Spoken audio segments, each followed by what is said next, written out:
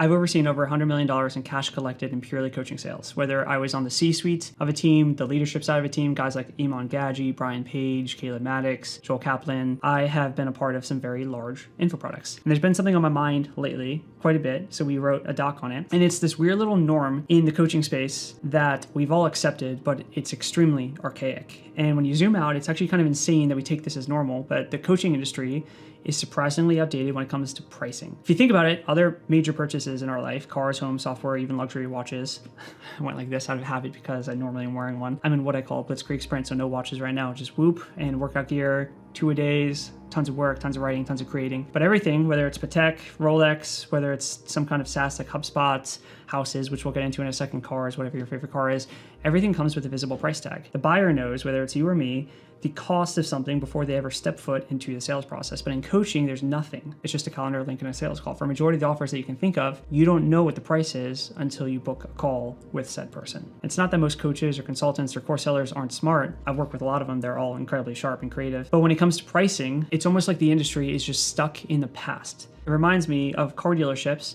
prior to the internet, when information wasn't readily available and you went to a car lot almost knowing you were going to get gouged because you didn't have the information at hand to make an informed decision until they tried to press you into a decision at the car dealership on a desk with what's called a Foursquare. In the same way that the car dealership evolved, I think most coaches have to evolve, but everyone tends to push back on this because they say that their price is high ticket, it's custom. I think it's hilarious that people still say it's custom in the coaching industry.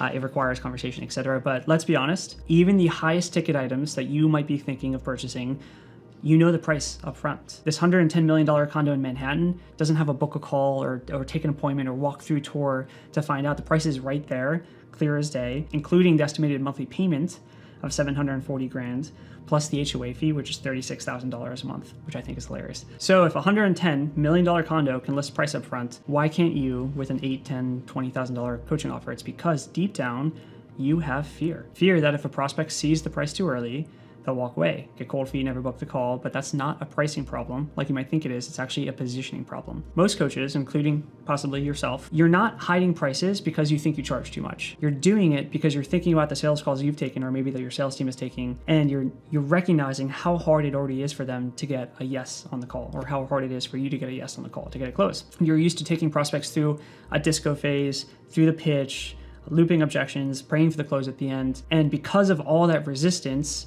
you can't imagine putting your price out there. But if you take away that bias feeling, you'll recognize it's not about price, it's actually about trust. If you're afraid to list your price, it usually means one of two things. Number one is you haven't built enough trust with your audience, or number two is your brand doesn't carry enough weight in your niche. And both of those point to the same exact root issue, which is that you're not yet what I call the category leader in your space. And when you're not the category leader, you're at the mercy of the market. You're chasing clients, you're over-explaining, you're bending over backwards. And if we're being honest, you're probably taking clients that you don't even want just to hit revenue goals. And let's test this for a second. I want you to think to yourself, are you currently taking clients, are you accepting clients that you knew and know are not good fits just because you need the cash? And if that's the case, with respect, you are not in control of your business. You're not leading the market is leading you. Now let's contrast that with how category leaders operate. We don't chase for clients, we don't hide pricing, we don't beg, we attract, we filter, and we close on our own terms. Let's talk about examples that you probably already know to establish some authority in this truth. Number one, HermosesAcquisition.com. It's a 5K mastermind or 5K workshop. It's priced clearly on their own page. Iman's 8FL, as I'm recording this, is 18K. Everyone knows that. I think he's actually bumping it to 25K. Zooming out to traditional instead of online education, the Harvard University, for example, plainly lists their pricing at $87,000 per year. And obviously you can get grants and scholarships and such, but it's $87K a year. And then you have in-state and out-of-state. Every single school has always listed pricing. When you're the category leader, you have the leverage to be able to do that. You've built enough trust that listing your price up front doesn't scare prospects away. It qualifies them. It builds confidence. It shows you're not afraid to lead with transparency. I want to zoom this out to something we don't even get into in this doc. If you wonder why category leaders have such high show rates, if you wonder why they have such high close rates, offer rates, it's because they're getting on the phone with people who already know that they're a good fit because they've already priced themselves into it. They've already thought about buying X priced thing. If you're applying to Harvard and they accept you and you see that $87K per year bill, you're not getting hit with sticker shock because you knew what you were getting into. In the same way, anytime someone takes a call with my COO, John, for our founder community, there's never sticker shock. Everyone knows what my founder community costs. I'll get into that in a second, by the way. This shift is the shift that I think most coaches need to make. And I say this with experience. When I worked with Iman, our funnel almost always consistently outperformed our sales team. And it's not because the landing page was that fancy, it's just because people already believed the mission, they already knew the price, they understood the value, they knew the offer, and so by the time they hit the landing page, they didn't need a call, they were sold. Half of the sales calls were just, how do I pay? Or do you have a payment plan? Or do you have X thing? That level of trust does more than just boost conversions. It impacts everything in your business, especially client success, because let's be real, the harder a sales call is, the worse the client will be. If you have to rebuild all their beliefs, overcome 20 objections, and practically drag them into the program, they're gonna need constant hand-holding, and they're gonna be emotionally high maintenance. And they'll drain your time and energy more than they're worth. I have one recent example of this. A couple months ago, I told my team I would never do this again. A couple months ago, we had someone hop on a call, and they really hadn't seen our stuff before. They didn't know my background, they didn't know what I've done, and we hard closed them inside of our founders community. And they were resistant to all the feedback we gave. They were trying to do their own thing instead of adopting the systems that we were trying to place into their business. They were just a nightmare client. They were emotionally just so charged against everything that we were trying to do. And 1 month later, I asked them to leave and I refunded them everything because it was a call. I knew it is, I'm sure you know what I'm talking about. I knew the second that I collected cash, this was not a good fit, but I still did it because I don't know, sometimes that old sales side still lives in me and I'll never do it again. And I don't need to do it again. I don't know why I did it in the first place. So the real question, to get back to this, the real question becomes, how do you build a level of trust before a sales call? And the answer is simple. It's content. The more time your market spends watching you, listening to you, learning from you, the more trust you're building on autopilot. If you're still watching this video, the odds that you are gaining trust in the things that I'm saying are high. The more trust you have, the more likely you are to want to work with me. There's a video I saw with Myron Golden where he talked about this guy saying, I don't know if I want to work with you or the other guy. And he says, great, go work with the other guy. I don't want to press you into my stuff. Our retention for Daily 7, my founders community, we do year-long projects now, but before we did month to month. And our retention was well over 8 months, which is unheard of in this space. And the reason for it, minus the story I told you, is that we didn't hard close people into it. People came to us essentially asking to give us money because they trusted us and wanted my help to grow their business. And that comes down to the fact that they consumed my content and aligned with the views that I had, and they wanted more of it. They wanted more access. They wanted more intimacy. I didn't have to hard sell them on the call. And because of that, they're really good clients and they stay around. I'm sure that's what every single one of you want. Clients that actually adopt the things that you tell them to, that don't have resistance against doing it, and that stay for a long time because they know realistically that the things you're teaching will work once you take habit times time. That's what Atomic Habits actually talks about. The thing about content is that most coaches grossly underestimate how much input is required. They think a couple reels a week will cut it. I actually tell people, a little side note, I tell clients of ours that if you want to maintain a channel, you have to do at least 5 reels a week, and that's minimum for maintenance. But if you want to grow, you have to press more energy into it. Go watch out on my main channel, Paul Daly, not Paul Daly Business. You can see the laws of thermodynamics and the laws of motion. I talk about the laws of motion and breaking what's called static friction, the amount of energy you have to press to actually get something to move.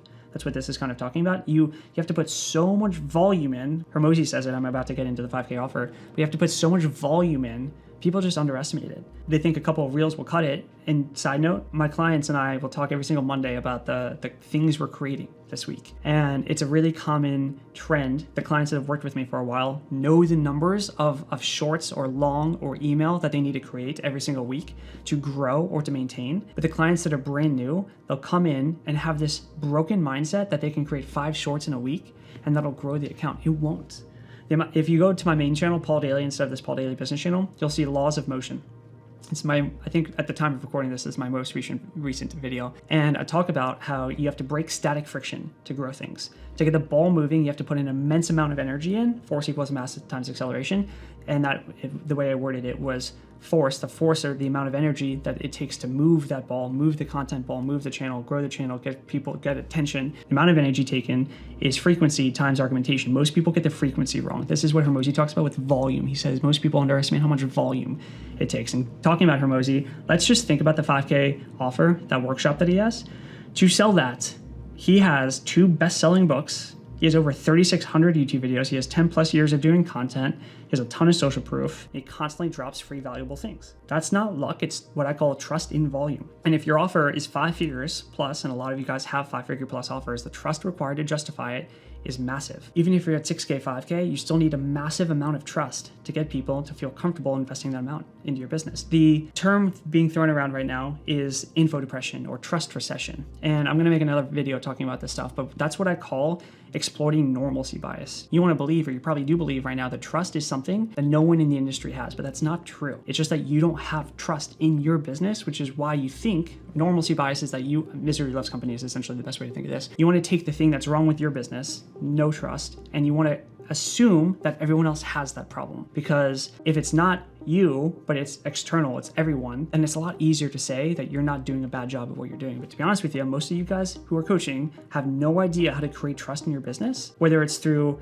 the amount of volume you have to create or the argumentation for how to do it. The hard truth is that you need to dramatically increase your output, and you need to go way deeper on your strategy, or what we call argumentation. And you need to be patient enough to let that trust build before you ever get on a call. This is what we call at Daily 7 paying down the trust debt. Every client comes in with a certain amount of doubt, skepticism, and resistance, and that's their trust debt. You can either pay it off through high leverage content, or you can wait to handle it live on a call where the stakes are higher and your close rate's the lowest. And the other side of this too, you know this as well as I do, if you take a sales call, you try to hard close, you don't, that opportunity is almost burned moving forward. Versus if you put your price out there and build trust, create content that actually informs and teaches, you don't burn the opportunities. It's a longer burn, which is why most people don't do it. But if you do it correctly, it pays dividends. So at Daily 7, this is actually one of the main things that we help our clients with. We help build a content system in your business that establishes true authority in your niche, we call it category, so that trust is built before a conversation ever happens. We help position yourself as the category leader so you're not reacting to the market, you're leading it. And we help you consistently attract high trust, high quality leads who already know what you do, why you do it, and what it costs. And we do this through what we call long-term Blitzkrieg sprints. We don't do monthly retainers. We only work with clients who are committed to a full year working with us, because that's how long it takes at a minimum to build a real category authority. And for the year to work with me inside of my founders community, it's $26K, doing exactly what I said, putting the price out there.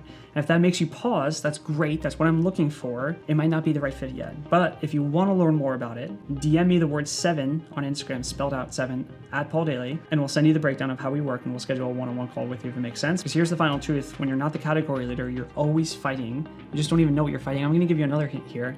When you're not the category leader, you're actually fighting to try to close the leads of the category leader, which is why you have so much resistance, which is why you're being compared to other people's offers.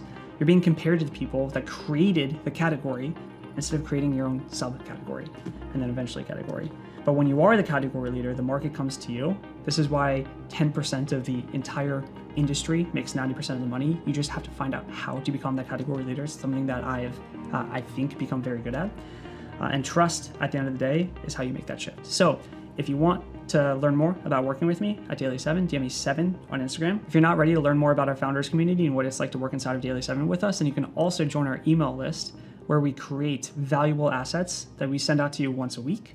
It's called Daily Crumb. It's my newsletter. I'll put a link down below in the description for that. As always, love you guys much. Until next time, happy hunting.